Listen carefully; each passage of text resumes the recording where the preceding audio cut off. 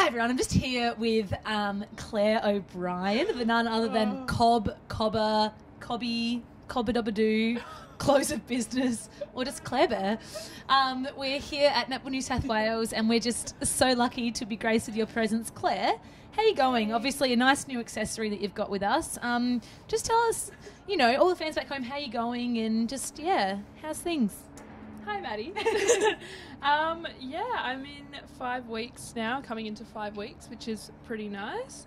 Was in a cast for the first 2 weeks post-op and then having put into this bad boy. And it's quite high-tech.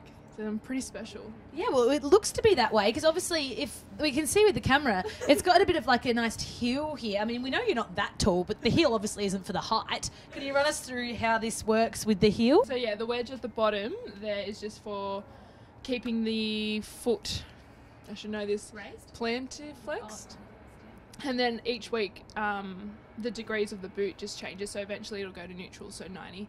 And that's when hopefully I can get the boot off, but still about halfway there in terms of getting the boot off. And so once the boot's off, have you got much of an idea as to what the kind of recovery process is from there? Yeah, well, I've been doing a little bit today, which was fun. Bit of core and glute stuff, but I've lost a bit of muscle in my calf and a bit of quad, so just trying to get that back up to scratch. And then yeah, very very slow baby steps at a time, so just at the moment on one crutch, so that was pretty cool, exciting, and hopefully no crutches in a week or so, and then yeah, onwards and upwards from there. Exactly. But tell us, what has actually been the worst thing about this injury? Oh, I guess just getting bored. Like, there's not really much to do at home. I thought you were going to say the dry skin. Oh, that was my second thing I was going to say. Having a severe case of dry skin. It's been the death of me, but we'll get there. We'll exfoliate and get that sorted ASAP, Rocky. But speaking of boredom, what have you been doing to fill the time? Obviously, you've been bedridden for a few weeks. What have you been doing to keep the mind busy? I've actually read your book, Mads, Grace on the Court. Took you long enough. Yeah, it did. I read it in a day, though, so I really enjoyed it anyways. Yeah, reading, a bit of Netflix. I've had a few visitors over throughout the week, which has kept me nice and busy, and a lot of netball to catch up on as well, so replays.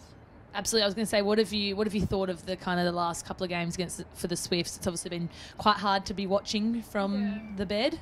Just took me a while to kind of get my head around it, and then and then I had people coming over watching the games with me, which was nice.